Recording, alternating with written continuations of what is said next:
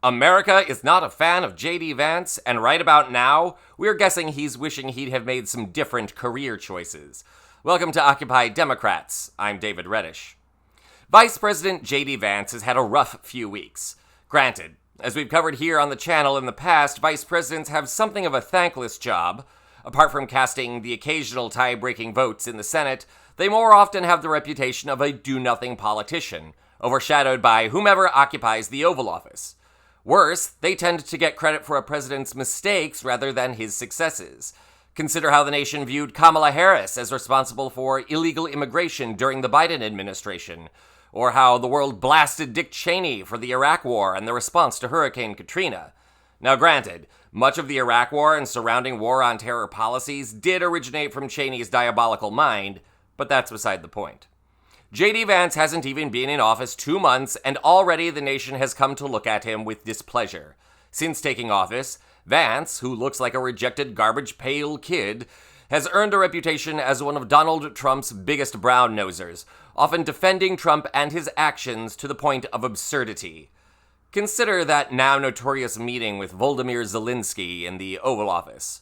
Remember what Vance had to say? Meeting? No, in this entire meeting, have you said thank you? You went to Pennsylvania and campaigned for the opposition in October. Offer some words of appreciation for the United States of America and the president who's trying to save your country.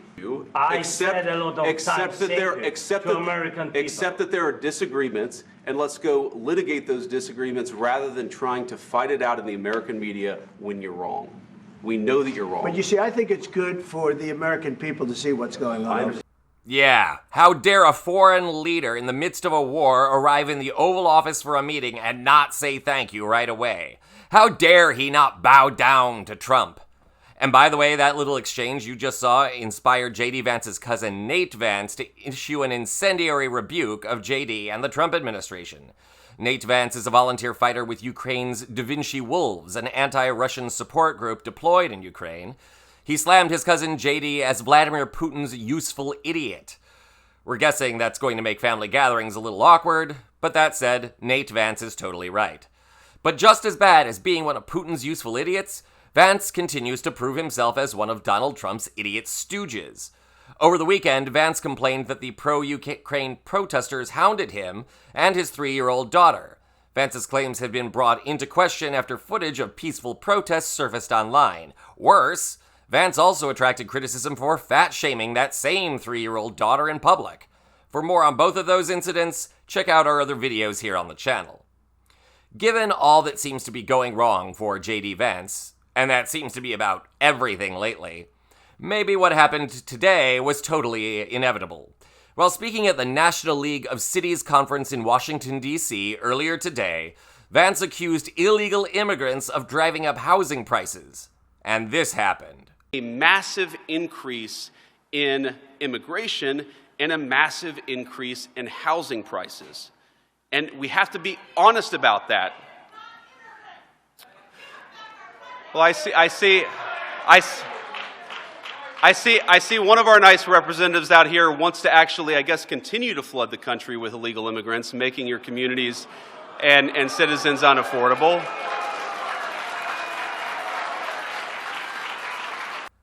Just remember, everybody, he deserved that. Let's break this down for JD and anyone else confused on this point. Illegal immigrants do not increase the price of housing. Landlords do. And the biggest reason for an affordable housing shortage has nothing to do with immigration. It does, however, have to do with wages. Look, I live in Los Angeles, one of the most expensive cities in America. The city has a huge housing shortage, not because there aren't units available, but because people don't make enough money to afford them. The issue has to do with wages, not immigration. Furthermore, we have a massive homeless population in this city. Yes, that includes the prototypical homeless person who sleeps in a tent and has obvious drug or mental health problems, but that also includes people who work full-time and still can't find an affordable place to live. They're forced to couch surf with friends or sleep in their cars. That problem has only gotten worse since the wildfires earlier this year destroyed major residential areas of the city. So, no, JD, Illegal immigration is not to blame, and suggesting as much is an insult to the intelligence of the American people. We know you want to tout the Trump administration's cruel and draconian treatment of immigrants, but this is not the time. Since taking office, your boss's obsession with tariffs has caused financial markets to melt down and the cost of goods to skyrocket. That contributes more to an affordable housing crisis than people coming over the border. But what should we expect from a man that called Trump an American Hitler before becoming his running mate? JD, the best thing you can do is imitate other vice presidents and disappear. The American people have already had enough of you. I'm David Reddish.